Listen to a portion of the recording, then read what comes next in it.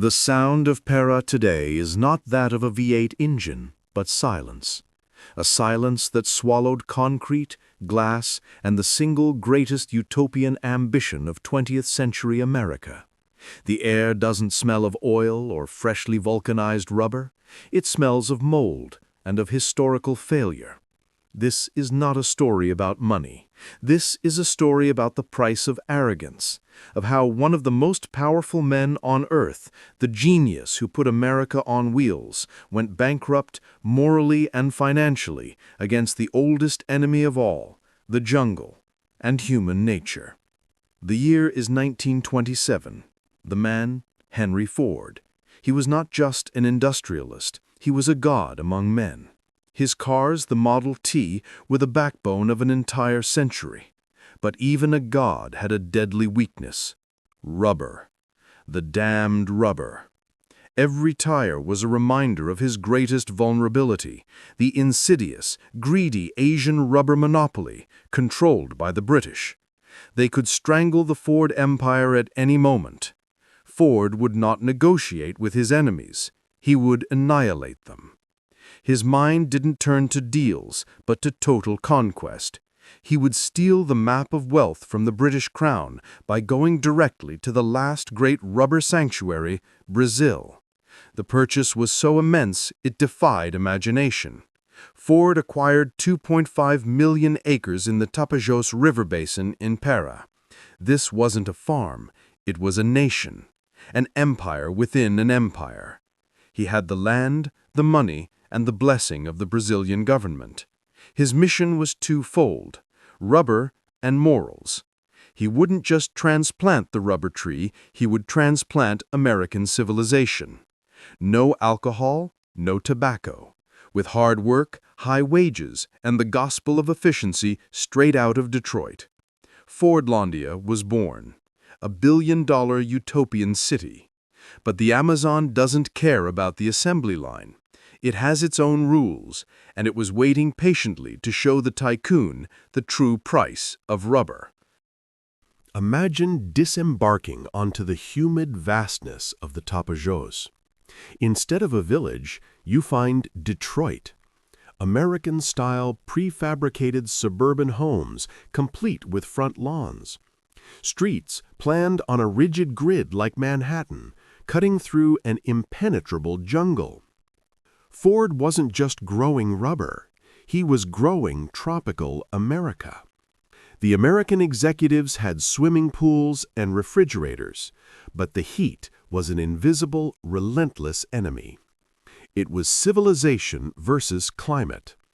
They wore suits and fedoras in a place where sweat was streaming before breakfast.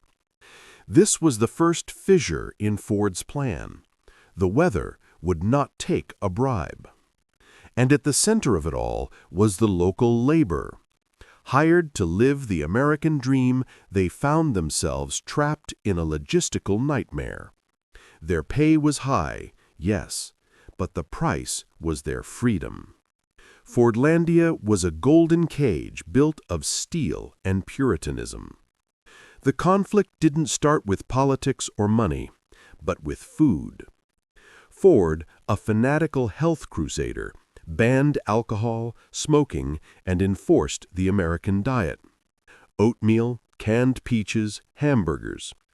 In Brazil, the country of rice, beans, and, crucially, meat.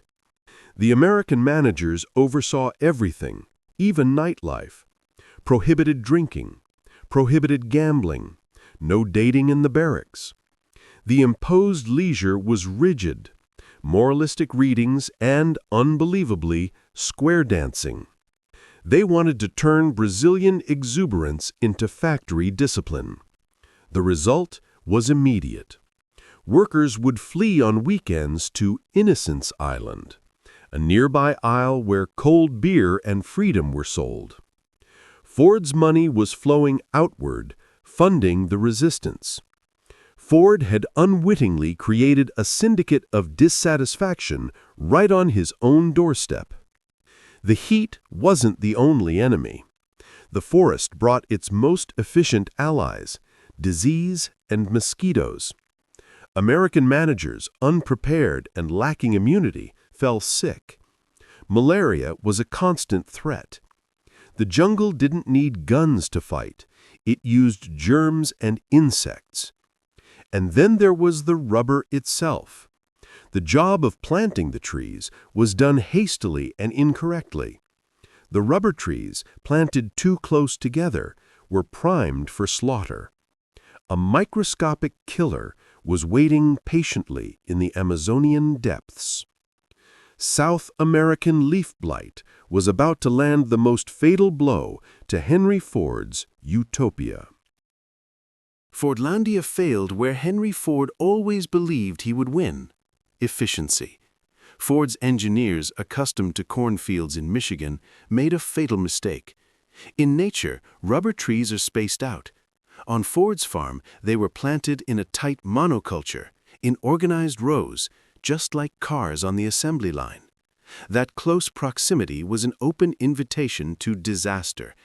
And the disaster had a name: Microcyclus ulae, the fungus that causes South American leaf blight, a biological nightmare that spreads through the air. In a sparse plantation, it stops, but in Ford's tightly packed rows, the fungus moved like a wildfire. The trees began to bleed, the leaves withered, turning black. The forest, which Ford thought he had tamed, was using one of its oldest weapons to fight back: the plague. Thousands of rubber trees, Ford's lottery ticket, were decimated. The latex yield was insignificant. Engineers tried everything: pesticides, replanting. But nature was smarter than the assembly line. Ford tried to force the Amazon to become an American suburb. And the Amazon responded decisively: "I am not your factory." The first major failure was biological. The second would be human. The tipping point wasn't the diseased trees, but the repressed rage of the men. The final straw was the food. American foremen, exasperated, decided to control meals even more tightly, imposing humiliating schedules and rules.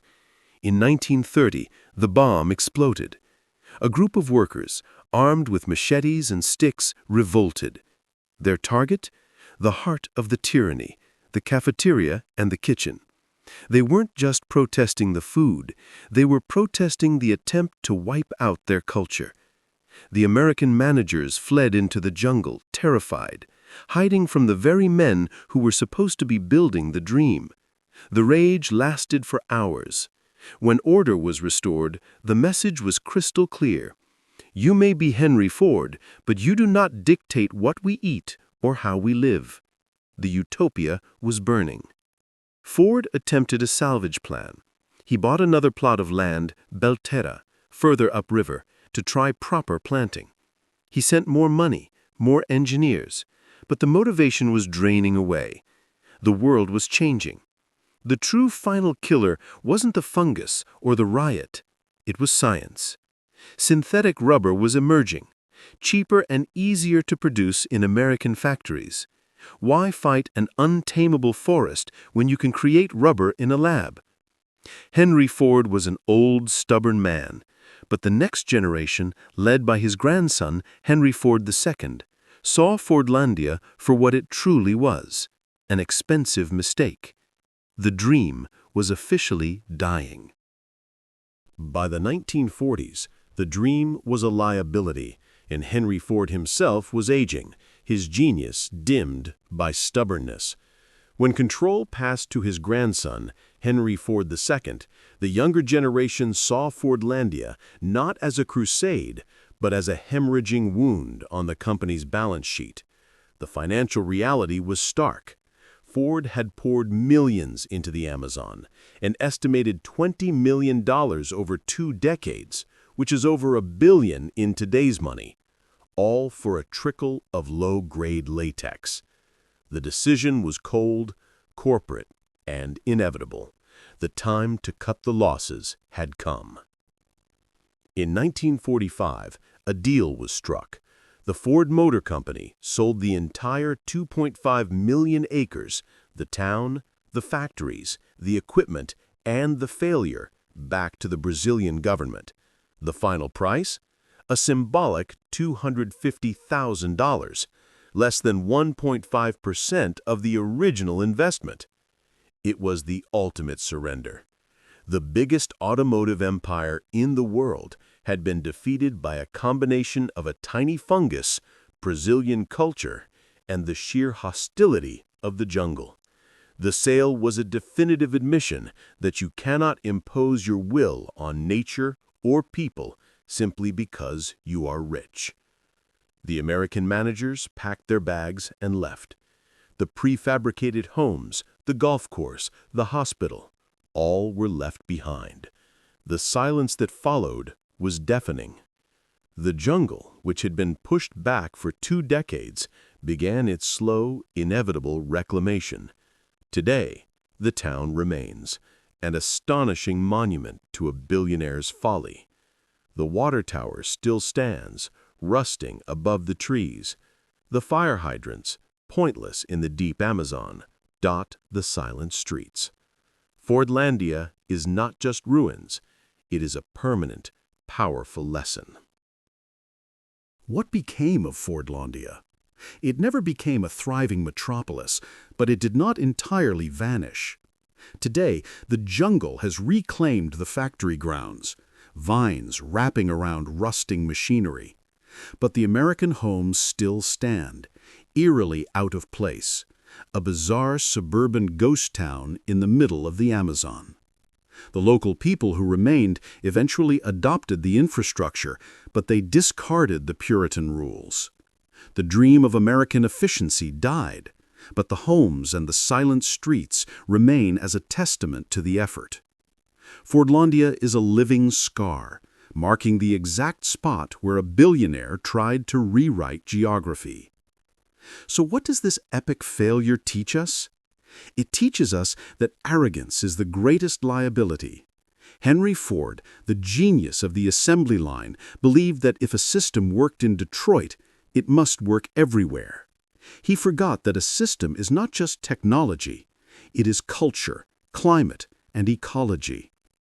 Fordlandia is not just a history lesson, it is a warning to every modern entrepreneur who believes a billion-dollar budget can solve every problem, or that human systems can ignore natural reality.